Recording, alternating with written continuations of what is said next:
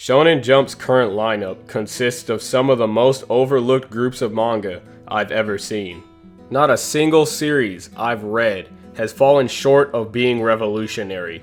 Honestly, a lot of people overlook just how genius all of these series are. Even something as popular as My Hero Academia gets brushed under the rug and labeled as just another shonen, when My Hero and everything else in Jump's current lineup are far from that. So much so that I'd even call this lineup anti-shonen. For example, Chainsawman is far from your average shonen manga. Chainsawman is literally a breath of fresh air in terms of manga. I can easily say it's the perfect blend between a horror movie and an action shonen.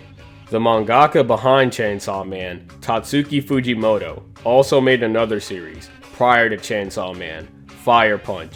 I haven't finished the series myself, but from what I've read, it's a must-read. A manga that will easily give you depression. And Chainsawman, like Fire Punch, doesn't stray from being along those lines.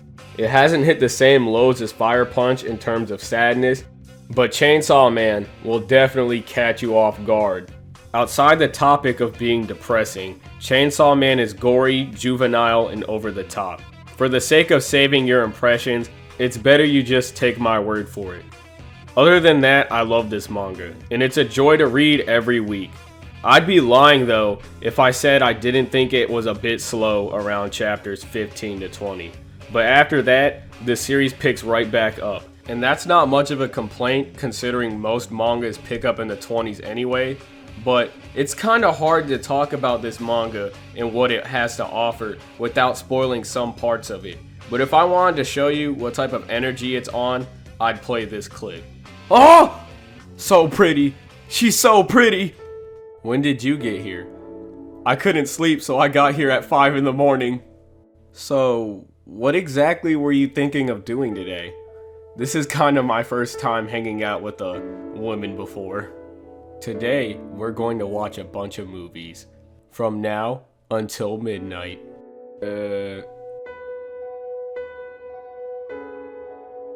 This one's kinda not exactly what I was expecting. Everyone's laughing. Is it really that funny? Makima isn't laughing. She's so pretty.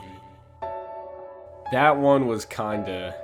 yeah, it wasn't very interesting. Though it did seem like they put a lot of money into the cinematography.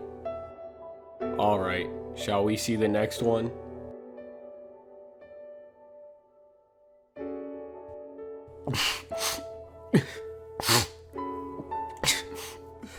Everyone's tearing up.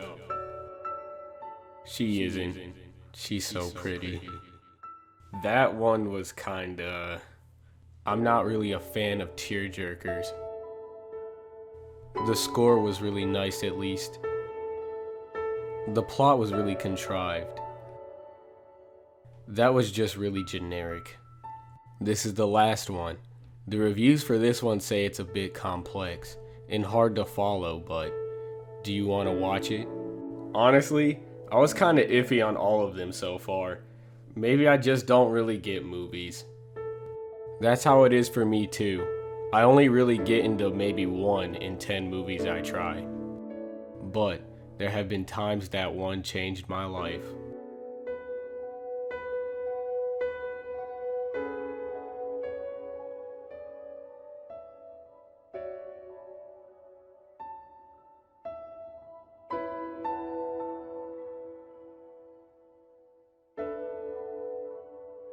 Huh?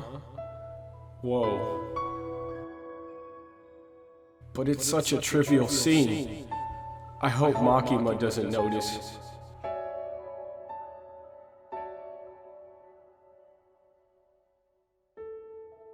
That last one. I'm pretty sure I'll remember that till the day I die. Me too. That more than covered the cost of today's tickets. This scene by itself is so engaging it's hard to believe that this series is a weekly shonen. Let alone I'd get this out of a manga called Chainsawman. Seeing Denji grow and develop as a character every week is something you shouldn't miss out on. From chapter 1 on, we see this man climb out of the slums and begin to live his best life possible. Eating bread with jam was only a pipe dream at the beginning of the story, and it's satisfying to see him accomplish this dream soon after. The average man wouldn't dare picture bread with jam as a delicacy or a dream dinner.